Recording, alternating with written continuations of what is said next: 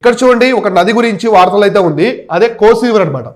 కోసి నదికి సంబంధించి వార్తలు, ఎందుకంటే రీసెంట్గా ఇది 100 కిలోమీటర్స్ దీని యొక్క ఇది మారిపోయింది అనమాట, దీని యొక్క రూటు. సో నది రూట్ అనేది మార్చుకుంటూ ఉంది అనమాట. సో 100 మీటర్స్ ఇలా అనమాట. సో ఒక 100 మీటర్స్ దూరానికి ఇది రూట్ మార్చుకుంది, ఎందుకంటే ఈ కోసి రివర్ ఇలా వస్తూ ఉంటుంది అనమాట. ఇలా వస్తూ ఇలా తిరగడం, మళ్ళీ ఇలా రావడం మామూలుగా ఇలా రావాలి రివర్ అనేది, ఇలా రావాలి.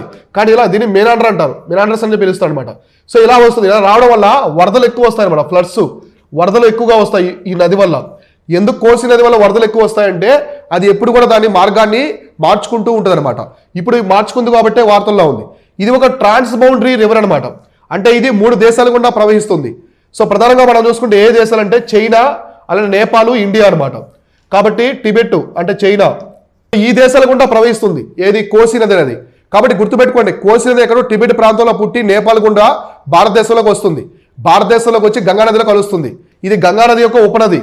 సో గంగా నది యొక్క ఉపనది అనమాట. కాబట్టి గంగా నదిలో ఫైనల్గా ఈ కోసి రివర్ అనేది కలుస్తుంది. అర్థమైందా?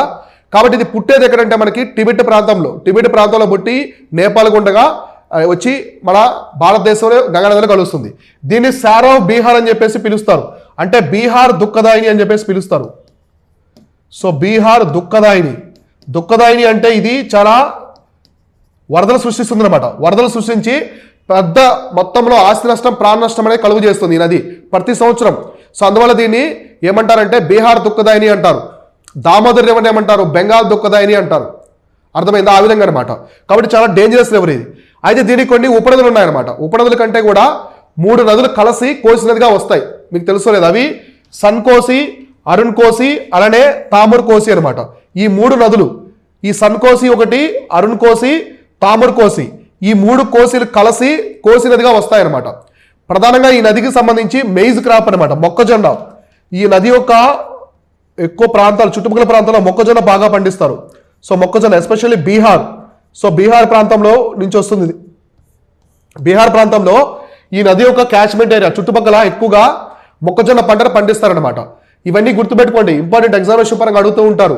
రివర్స్ వాటికి ఉపనదులు కావచ్చు, దాన్ని ఏమని పిలుస్తారు, ఎక్కడి నుంచి వస్తుంది, ఏ దేశాలు కూడా ప్రవహిస్తుంది, ఇవన్నీ కూడా చూసుకోవాలి.